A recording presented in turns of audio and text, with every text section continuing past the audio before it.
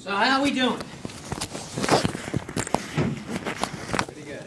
Good.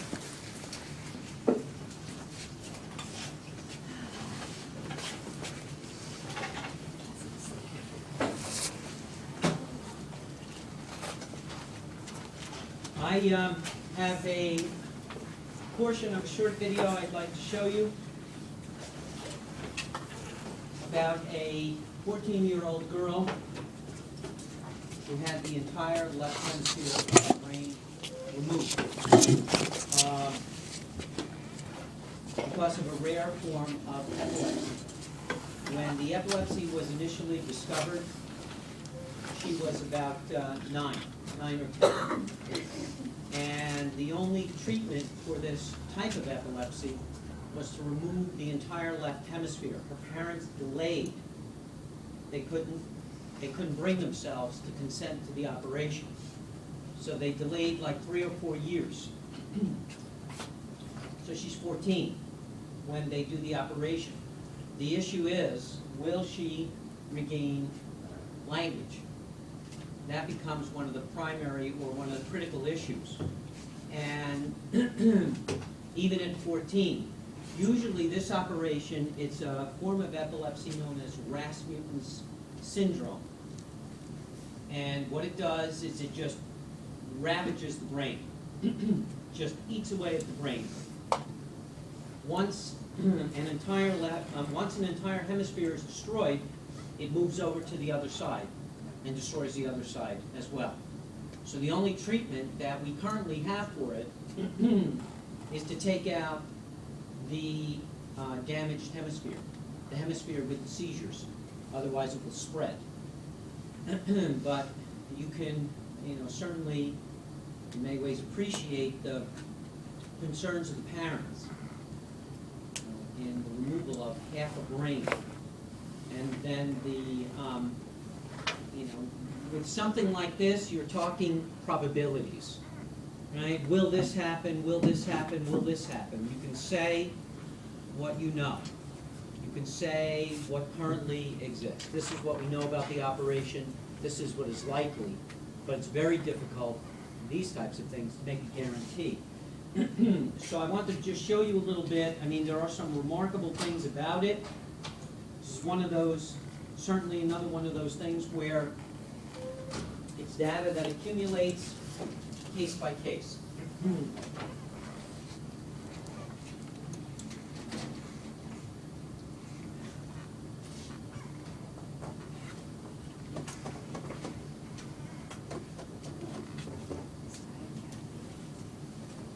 Yes, it is. Yes. Yes, it is. Uncapitated guy. What makes a person who they are? This is a good day. This is it. Everyone knows we're heading out of here and we're trying to start this trip. After 4 years of anguish, hesitation, and prayer, the moment for the surgery had arrived. In a 12-hour operation, the doctors removed the diseased half of Casey's brain. Where there were billions of brain cells, there was now only empty space, the white area in this brain scan. Casey survived. Her seizures were gone. But it would be weeks before anyone found out just what price she had paid. When we return, was it worth it? And then you sit here and you look at this and it's not like you have the choice of going back. Returning to our story, in a remarkable operation, 13-year-old Casey Caves, seen here before the surgery, has had half her brain removed to control a rare form of epilepsy.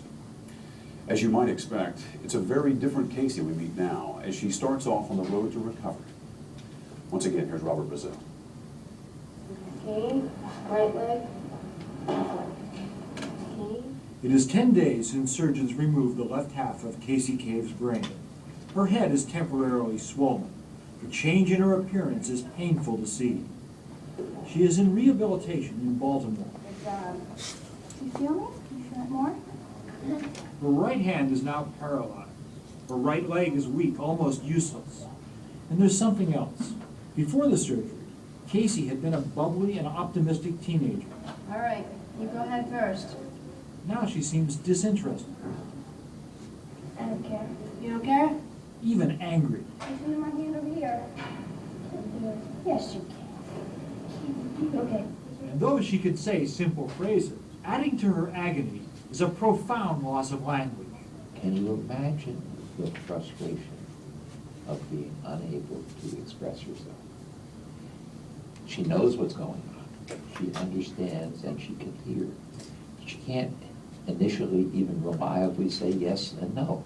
As a parent, no one wants to admit their child has that deficit when they were a very verbal child. I wasn't really prepared for the frustration. The terrifying epilepsy is gone. In its place, a swirl of confusion. And we need to look in here for a small square. The right side of Casey's brain is all she had left. But remember, the doctors had told Casey's parents that the right side would get stronger, rewiring itself to take over the functions of the left half. But 10 days after the surgery, there's no sign it's happening. You drink out of it? Regina, who spends each day at Casey's side, struggles to maintain her optimism, but fights to stay strong for her daughter. Are you going to break the speech? Yes. Are you going to try your very best? Yes. It's a week before Christmas, just a month since the surgery. Casey and her family are back home in Tulsa. Let's do religious first. Okay. She continues with her grueling day-by-day therapy. Gone are the cane and wheelchair she needed just 3 weeks She ago. couldn't walk. Her right side is remarkably stronger. Repeated practicing with She the could leg use her right helps side. Casey's brain to find new pathways to control it. Take the burden back. And while Casey's upbeat mood has returned, she is still fighting a heartbreaking battle to learn to speak again. What color is this? Uh-oh. The sky is... Yeah? Yeah. Uh-huh. Remember I had jeans on the other day? What color were my jeans?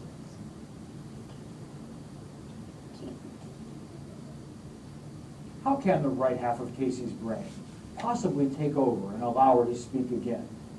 New research is showing that in all our brains, nothing is concentrated in one place. Memories, thoughts, and words are scattered throughout. The hope is that Casey's remaining brain will form new connections, connections that will allow her first to find words and then to speak in sentences.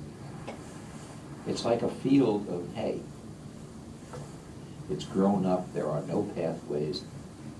The words are hidden as treasures here, there, and everywhere. They've got to search around to find the right word. He has a hard shell on his back. And that goes in when he gets scared. When they find the right word, they've bent the grass a little bit. When they find that word enough times, they've beaten a path to that word, and it comes back. Oh no. Oh, no. Not again. Remember the jeans? Casey, you'll put on your Okay. Jeans. jeans. Not green jeans. Blue jeans. If you took out the left side of my brain, I wouldn't speak again, would I? Probably not. And the reason is that your right side of your brain, the ability to find language, has been buried too long. If we did that for you at 10, I can assure you that you will talk again. But Casey is not 10. She's 14 now. The question remains, is she too old to reclaim her speech? Her father, Wes, is still wondering if they did the right thing. You sit here and you look at this and it's not like you have the choice of going back. It's April, 5 months since the surgery. Casey's body has become markedly stronger. Her right hand remains weak, but with just one arm, she swims laps easily. With a brace on her ankle, she can walk even better than she could before the surgery. And most important, the disability her parents feared most is getting better. Casey is beginning to speak again. What's our season? Spring. Yes, ma'am. Yes, ma'am. What color do I have on? Blue. And you? And Red, that's right. New connections in Casey's brain are emerging, allowing her to express her thoughts. Regina and Wes, for the first time in 4 years, are beginning to see a future for Casey. Their anguish about their decision, first to delay and then to have the surgery, has eased. Now, as they watch Casey get stronger and stronger, they stand in awe of her courage. I've had her.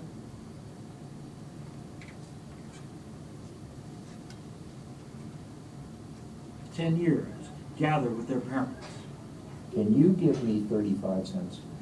It's Dr. Freeman's first chance since the surgery to examine Casey and to talk with Regina.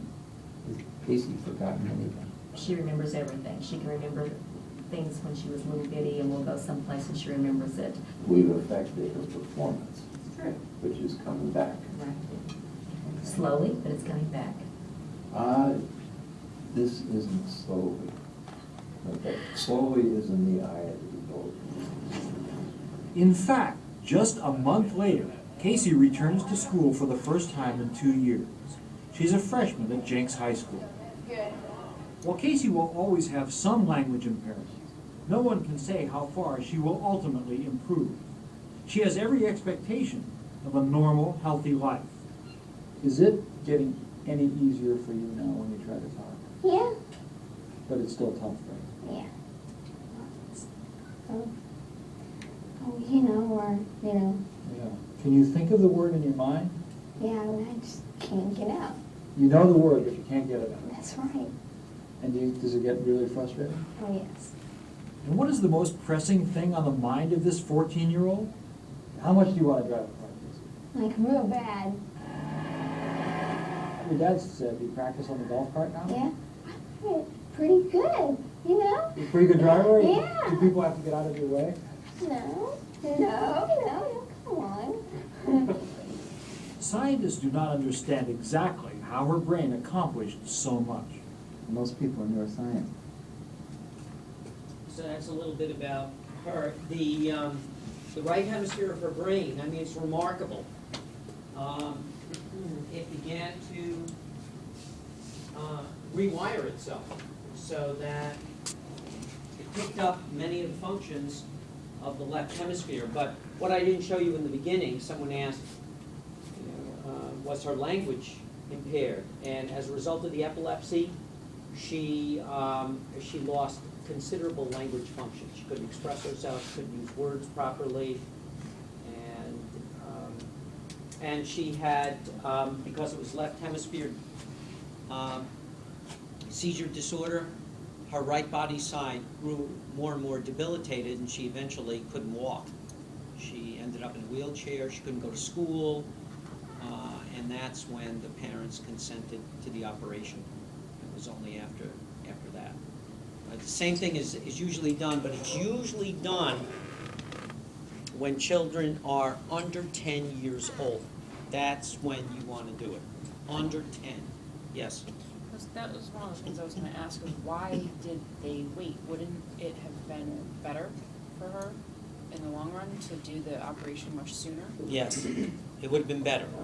But the parents delayed because I mean, obviously you're chopping half your kid's brain out. It's a big thing. they were hoping that they could find another. John Freeman, by the way, is a neurologist whose expertise is seizure disorder and epilepsy.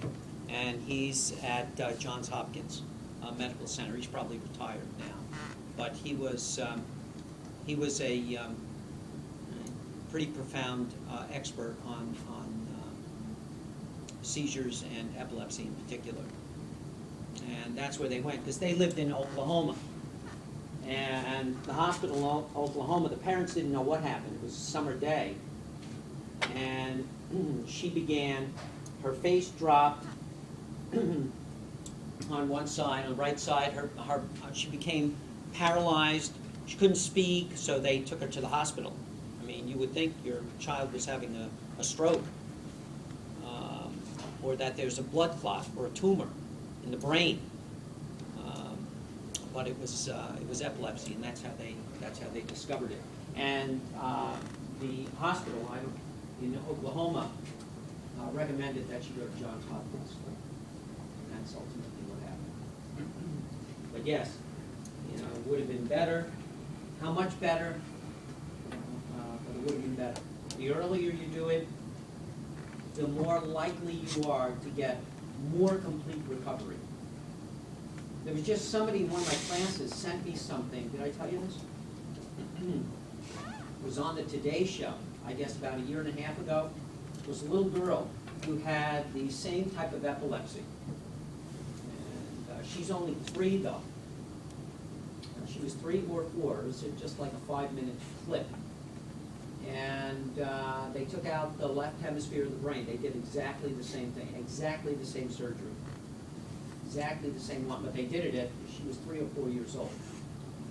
That time, you know, the right brain, I mean, the recovery is remarkable. I mean, it's remarkable at that age. Once we pass 10 though, things change. Then things start changing.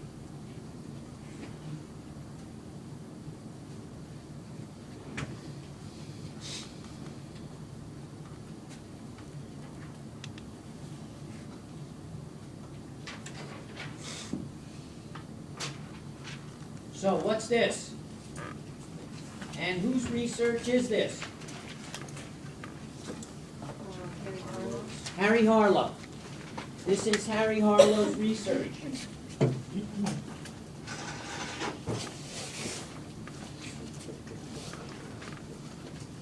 Harlow was an American experimental psychologist at the University of Wisconsin. He was around 40s, 50s, 60s. That's when he was around.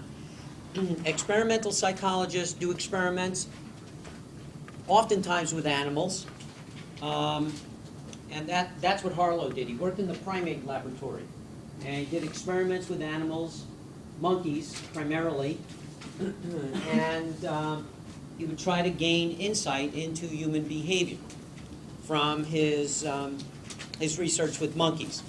What he did, so what did he do? He took baby monkeys and separated them from their mothers and raised them in isolation.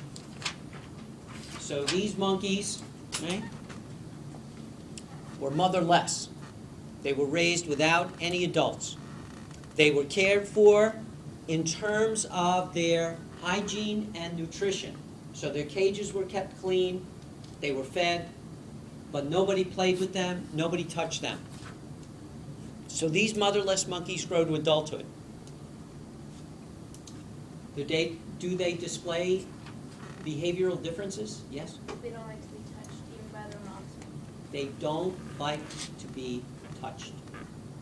They develop a series of very disturbed behaviors in adulthood. Their mating patterns, their sexual practices, all highly disturbed, right? Because they couldn't tolerate touch. Not from anyone. You described highly disturbed. How did they have offspring if they didn't like touch? Well, they had, some of them were artificially, Okay. but they did, right? They had sexual, they did practice, right? They did engage in sexual conduct, but they, right, their mating habits were highly disturbed. They couldn't tolerate touch, even if it was affectionate touch or compassionate touch, right? But they did manage, right? They were inseminated, right? The most striking difference, though, comes when Harlow sees them with their own babies. Therein is the most striking difference. And Harlow was amazed at how they treated their own offspring. They abused their babies. Some parents killed their babies. So what Harlow had to do was take the babies out of the cages. He had to remove them. He took them away. What you're seeing here is the second leg of Harlow's research. This is the second part of Harlow's research. So first he identifies motherless monkeys. They grow to adulthood. Then he decides that he wants to see what these monkeys will do if they are frightened. So he creates 2 surrogate mothers. What's the word surrogate mean? Secondary. Substitute. Yeah, like a substitute or a replacement. This is one of them, right from Harlow's laboratory. This is it right here. Okay. So he creates these 2 models. The other model looked just like this one, except it was wire. It was like chicken wire or like a chain link fence. But on the wire was a baby bottle. Baby bottle hung down. Okay? So he's got these two side by side in a cage.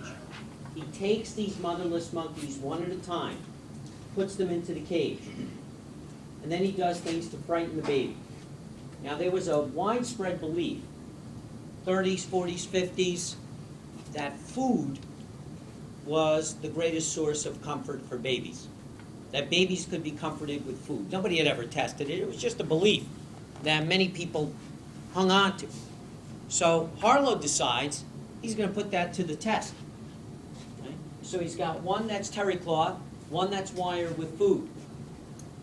So he wants to see what the baby will do to comfort itself. And what does the baby do?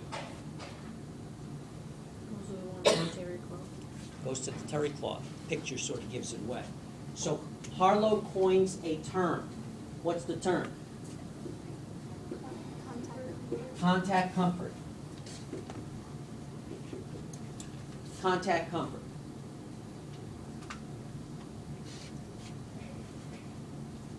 And what he means by contact comfort, he says, at times in the life of the developing infant, contact is more important than food. That's what he meant by it. At times in the life of the developing infant, contact is more important than food. Harlow establishes empirically the importance of touch in early life. Without touch, individuals do not develop adequately, appropriately. They display disturbed behaviors in adulthood. So do we know what happened to the monkeys that had the cloth surrogates when they grew up? The cloth surrogates? Yeah. No. We don't know anything about the monkeys with cloth surrogates. He reunites them with one another, ultimately. Ultimately, he does. But he doesn't give any, there's no research on what happens with the cloth surrogate. The cloth surrogate was only to see what they would do in a frightening situation. No, I don't mean that. What happened to the baby monkeys, the second generation baby monkeys? What happened with them when they grew up? If they'd had the cloth comfort, did they respond to their young better? Or he didn't go that far with it? That we don't have. We don't have. He was looking only at the impact of removal of the monkey from the mother. It's important research on the importance of early life contact and the importance of touch. So you have some of this in your book, but I want to point some things out here. I want to take a look at this. Infant attachments, like imprinting we're not going to talk about, can have lasting effects. Harry Harlow showed that baby rhesus monkeys separated from their mothers and raised in isolation become troubled adult animals. These motherless monkeys never develop normal sexual behaviors, and they make very poor mothers at mating. They are coldly rejecting or indifferent to their babies and may brutalize or injure them. A similar pattern may explain why some human parents abuse, reject, or physically injure their children. A sizable percentage of abusive parents were themselves rejected or mistreated as children. Some types of antisocial behavior may also trace back to poor attachment. Children with severe attachment problems do not learn to trust others or care about them. As a result, many are cruel, angry, and self-destructive. This little passage is saying a great deal, more than we'll be able to get into in this course. First of all, right, Harlow believed that he now had identified experimentally and empirically perhaps the single greatest reason for child abuse. And he had the empirical data he believed to back it up. But individuals who lack contact, there's a critical period which most psychologists believe is 1 year. 1 year, the first year of life. Attachment has to take place in that first year. If it doesn't happen in that first year, there are usually long-term consequences down the road that are going to show up usually in adulthood. They could show up in adolescence, but usually in adulthood. That's when you will see them most of all. Something that we'll talk about later. This, antisocial, refers to a very serious personality disorder.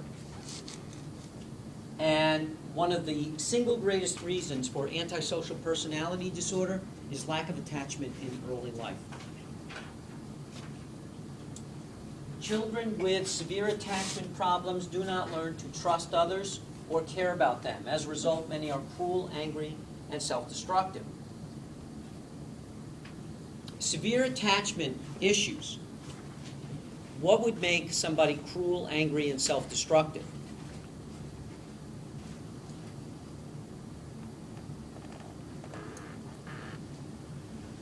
People who lack compassion?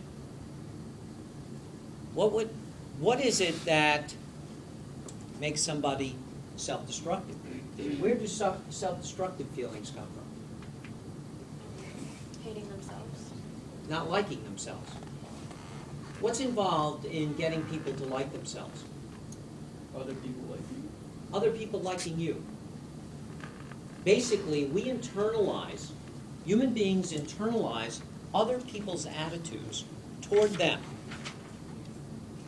and show those very attitudes toward themselves. Early life rejection, rejection by parents, can have an impact that will last an individual for the rest of his or her life.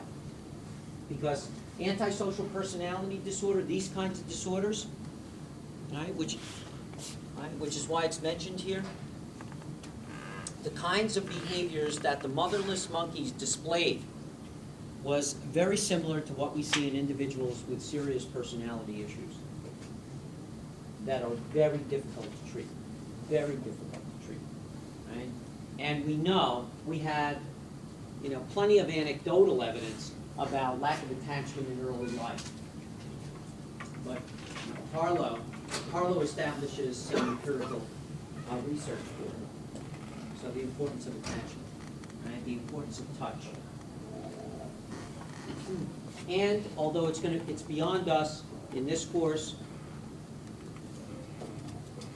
self-destructive attitudes and the incidence of depression, something that we'll mention only briefly. I mean, we look now at depression in our society as primarily a biochemical anomaly in the brain. But depression and mood disorders can also trace back to poor attachment in early life. Something that's beyond us, we're not going to be able to consider that. So that's a little bit about Harlem. By the way, what about daycare and attachment?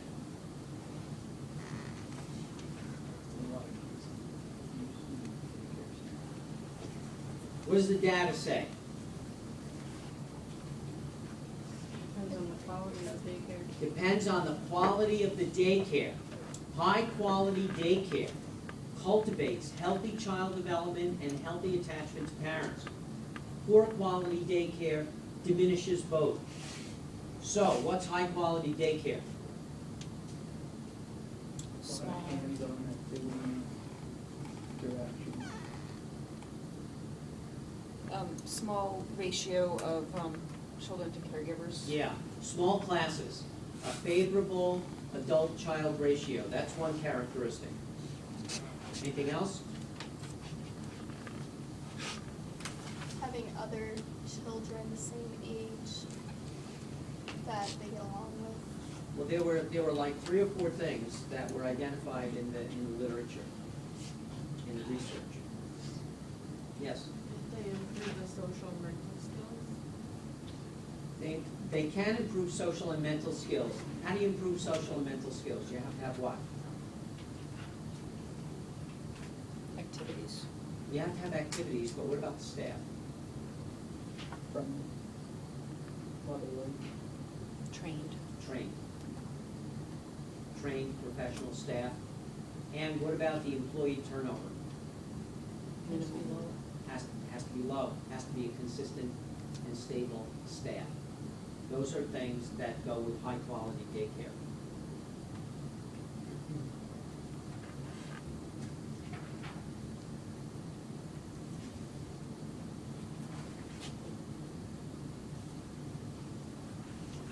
Okay, what's this? Whose research is this?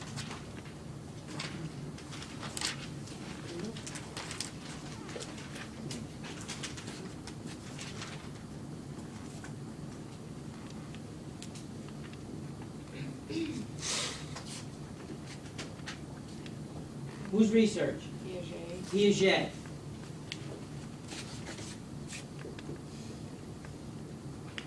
And what was Piaget interested in? Piaget was interested in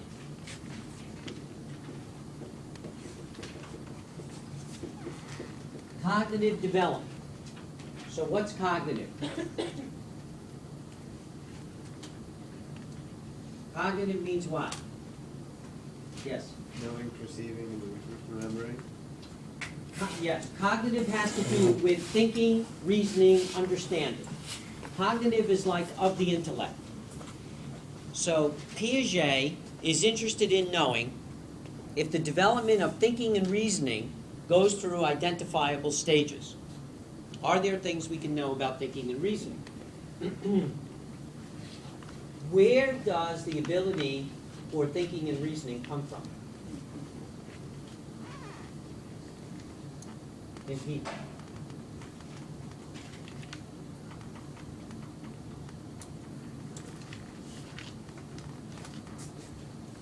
It's experiential.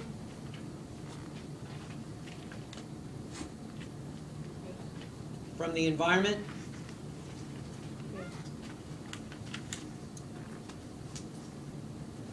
Is that what Piaget says?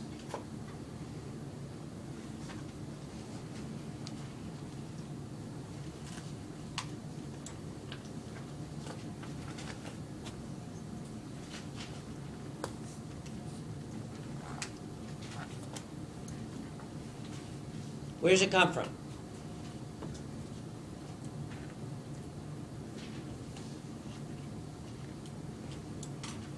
Piaget maintains that there are stages and that the stages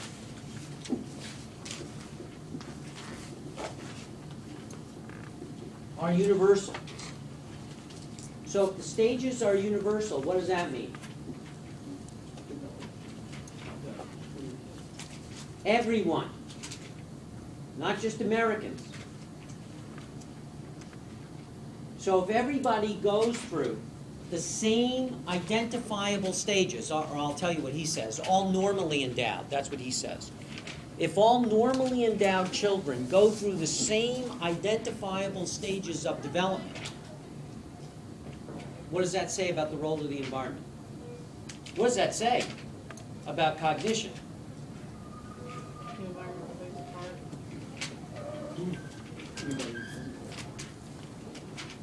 Is the environment the determining factor? No. It's not. What's the determining factor?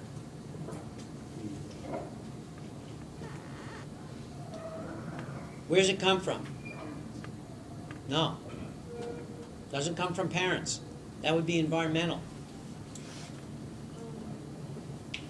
Right? Right? What it means is that Americans, right? Chinese, Norwegian, right? South American, all normally endowed children pass through the same identifiable stages of cognitive development. That's what Piaget basically says. Now, saying that, right, that takes it out of the environmental realm. It's not culture bound. It's not environmental.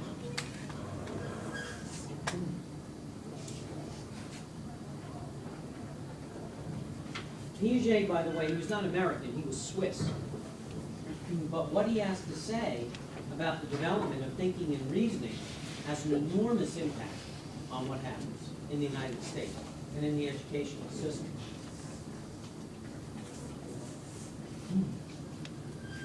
So he's looking at cognitive development. He maintains that there are universal stages. He offers a biologically based explanation of development. Anytime somebody uses this term, universal, anytime they have moved it from environmental or cultural conditions to biology. They have moved it to the biological sphere. Anytime somebody makes a universal argument, it goes from environment to biology, because the only thing we have in common with other people around the world is our biology. Not our environment, not our language, not our socialization, none of that. It's not the same. It's different.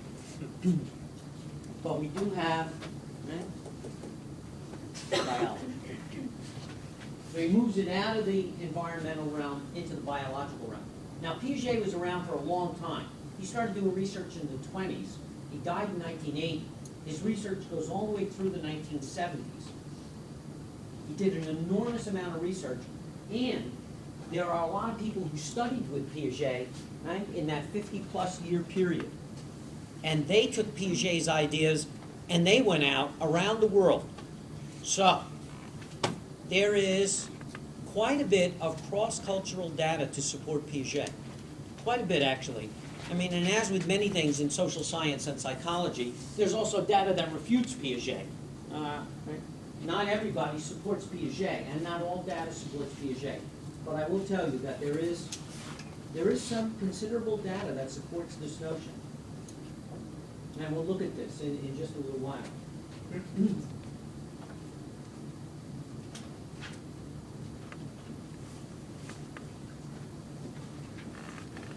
What he thinks is that there's a biological blueprint like wired into the brain. It's like a biological ground plan. Just like there's a biological ground plan for how we grow.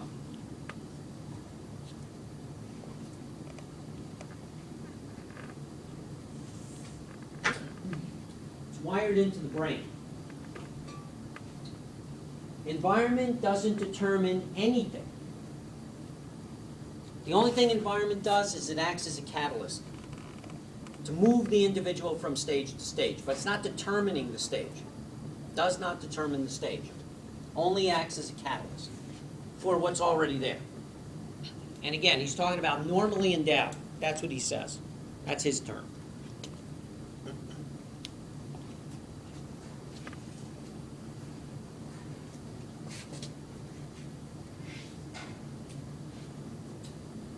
The other thing that's important to Piaget is how children think, not what. He's not interested in what they think. He wants to know how thinking and reasoning takes place. How. He says the what they think about is culture bound.